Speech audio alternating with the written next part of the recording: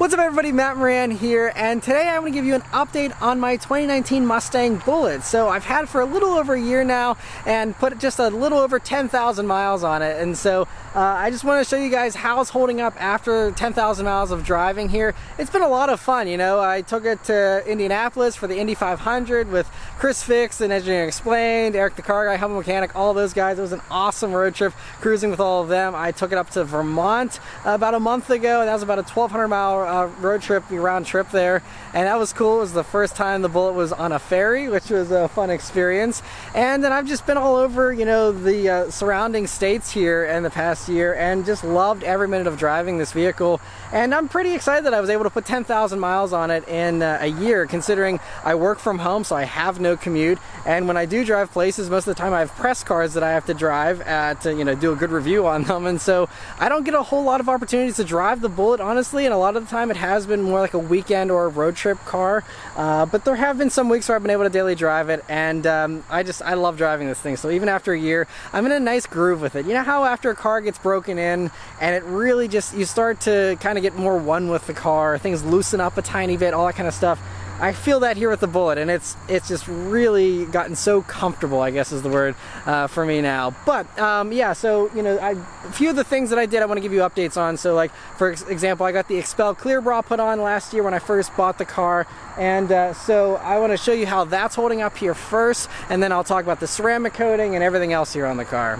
So I have an Expel Clear Bra on the entire hood, on the front bumper, the headlights, the mirror caps here on the sides, and then on the rear, right in front of the rear wheels, and then the rear cargo area. So all that is covered, but the main hit area is going to be here in the front. And that's kind of why I wanted to make sure the front was protected with the Expel Clear Bra.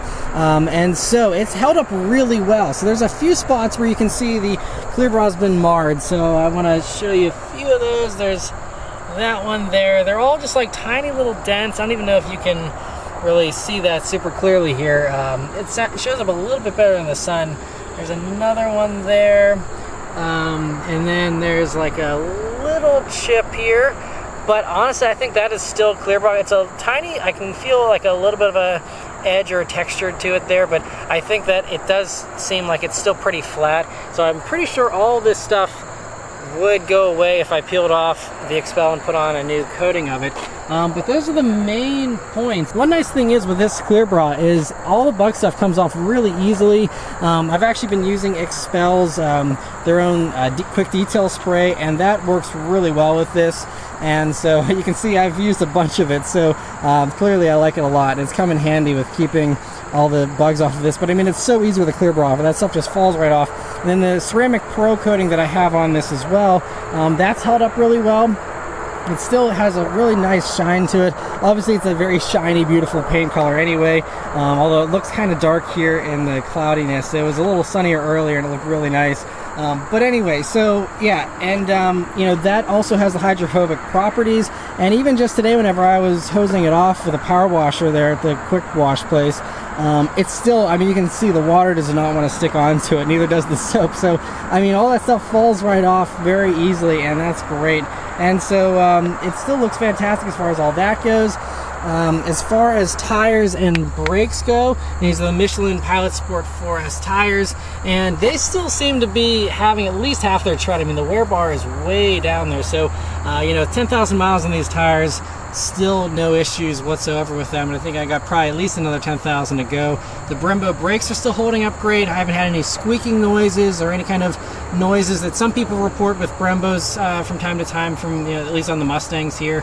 They do like to dust a little bit, so you can see it's gotten kind of dirty there on the inside of the caliper and stuff, but other than that, you know, they still feel fantastic. Haven't had any issues whatsoever with the brakes. Other things as far as, like, you know, oil consumption is one thing that you know, people have been worrying about with these 2018 and up you know, Mustang GT motors, and mine hasn't had any of that. Now it does have, you know, more of a mechanical sound. I do hear more drivetrain noise, I guess, than what I heard in my 2016 Mustang, my 2015 Mustang. So it definitely is a little noisier under the hood, but it's not a ticking sound. It's not the typewriter tick that everyone has been freaking out about and stuff.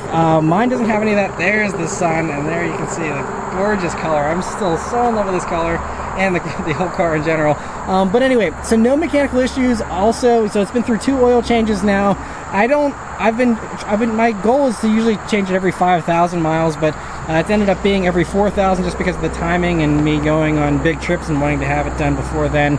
So yeah, so every 4,000 miles I've been doing it currently, and it's been doing really well. One thing I will say, you can kind of see it now better in the sun here, is the Expel has kind of attracted some dirt here on the edge. That's the only edge that is even visible. Otherwise, they did such a good job at blackout tinting of completely wrapping this vehicle so seamlessly. Whenever I show people the clear bra, they can't believe it. I pop the hood and I show them how well everything's been trimmed and stuff. I mean, it's amazing. And I know there's been, I think, at least a dozen or so other Bullets that sent their vehicles in from out of state to go to blackout to have it installed, because their stuff is fantastic. They do such good work there.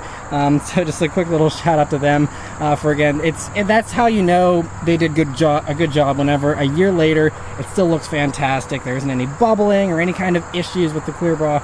It's held up great. But anyway, so engine's totally good, no oil consumption. I even did the Blackstone Labs oil analysis on my first oil change oil after I took it out there, and they said everything is very much normal for, you know, the break-in oil on an engine and stuff, and that you know, it seems to be off to a great start as far as the engine goes.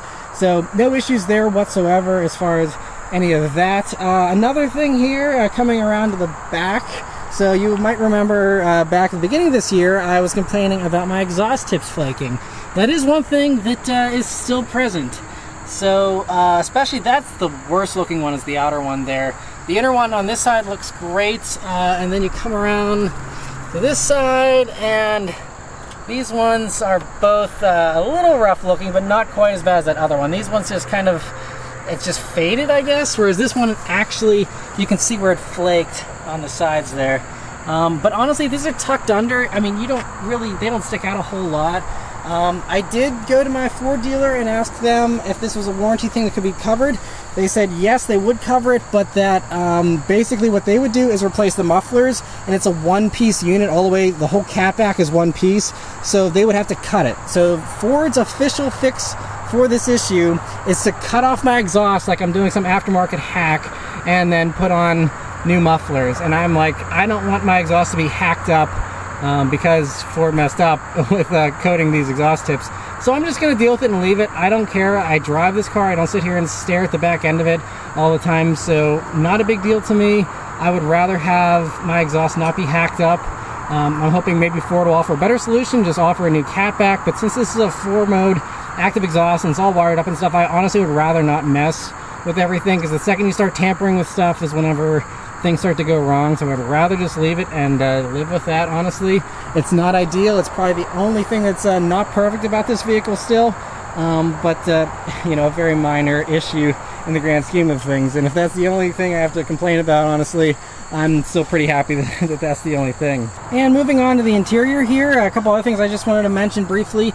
You can see the seats don't really have too much ruffling. There's a little bit of like a bump, but honestly, these seats, it seems like the seat skins have been either tightened up or installed better than on my past 3 Mustangs of this S550 generation. Those would get a little ruffling in the seats after a few thousand miles. These ones seem to be nice and tight. So again, I don't know if that's just better quality control or what's going on, but I'm just happy that they're holding up really well. There's not any kind of weird wear. You know, side bolsters are still great after 10,000 miles, all that kind of stuff. So happy about that. Transmission also has been pretty seamless. There's once or twice where it tried to lock me out of, I think it was 3rd gear. It was so long ago I don't even remember. I just remember like once or twice not being able to go into gear perfectly, but it was when it was cold. You know, like the transmission oil was cold, and so once everything warmed up, it was fine. So I think that's just kind of a normal thing I'm not too concerned about.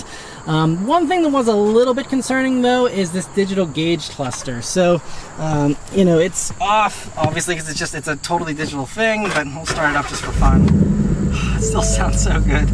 But there was one time where I was cruising on the highway. It was probably about 5,000 miles ago, so it's been a while.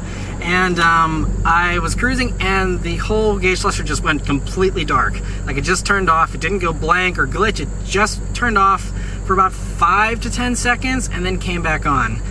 Kind of terrifying for 5 to 10 seconds. Mostly, you know, the only thing that I really had to worry about was my fuel because that was what I was trying to remember, you know, like, do I have enough gas to get to the next spot in case this doesn't come back on? And you know, all these thoughts race through your head in those 5 to 10 seconds. But it hasn't done it since, so I'm hoping it was just a goofy weird glitch.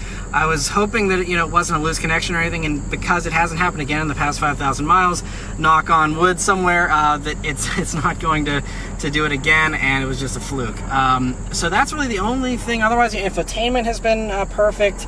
No issues there. Everything on the interior here has been holding up really nicely. Here's a few revs just for fun.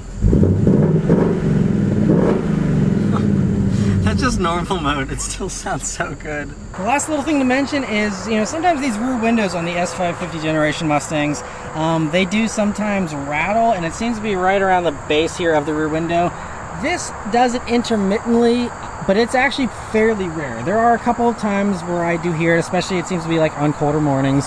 But then after things warm up, or if it's warmer like today, no issues, no rattles whatsoever. But yes, that's about it, guys. Like I said, it's just been fantastic. Still been putting a smile on my face every day. It's crazy how I still get giddy, just, you know, either just jabbing the gas or even starting it up. It still just sounds so good. It's so satisfying. It is still the perfect car to me in so many ways. For my kind of driving, you know, like I said, since I mostly take it on road trips to film reviews or go to events and things like that, or just go on trips for fun, since I do so many highway miles in this is such a nice highway cruiser. It does actually really good on the highway as far as fuel economy too. I got almost 30 mpg. It was 29.9 mpg on my way up to Vermont, which is crazy for, again, almost 500 horsepower V8 naturally aspirated. That's heavy, you know, to be getting that kind of fuel economy is really impressive to me too. So overall, this thing's just been fantastic. I still absolutely love it, and I have complete plans to keep it for a very long time, so I want to keep it my entire life if possible.